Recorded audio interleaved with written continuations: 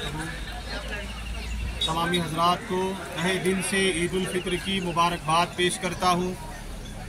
अल्हम्दुलिल्लाह, अल्लाह तबारक व तआला ने हमें रमज़ानुल मुबारक जैसा अजीम मुक़द्दस मुतबर्रक महीना अता फरमाया। हमने 30 रोज़े रखे, 30 रोज़े 29 रोज़े जो भी चाँद के हिसाब से अल्लाह ने हमें अता फरमाया, हमने रोज़े मुकम्मल किया।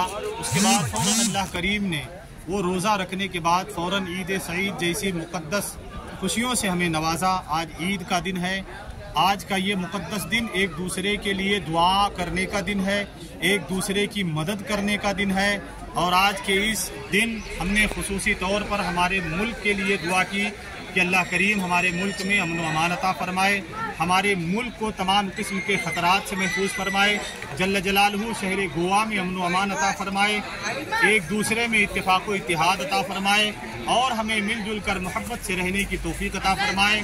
मेरी जानिब से, साफा मस्जिद कमेटी की जानिब से तमाम मीडिया के भाइयों का तहे दिल से शुक्रिया अदा करता हूँ और हुकूमत का शुक्रिया अदा करता हूँ। उन्होंने हर तरह की हमें सहूलतें फराहम किया।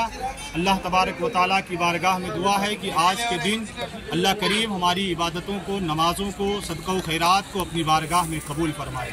अस्सलामु अलैकुम व रहमतुल्लाहि व बरकातहू। मैं जुनैद अहमद क़ादरी, ख़तीब व इमाम साफ़ा मस्जिद शाहपुर कोंडा गोवा।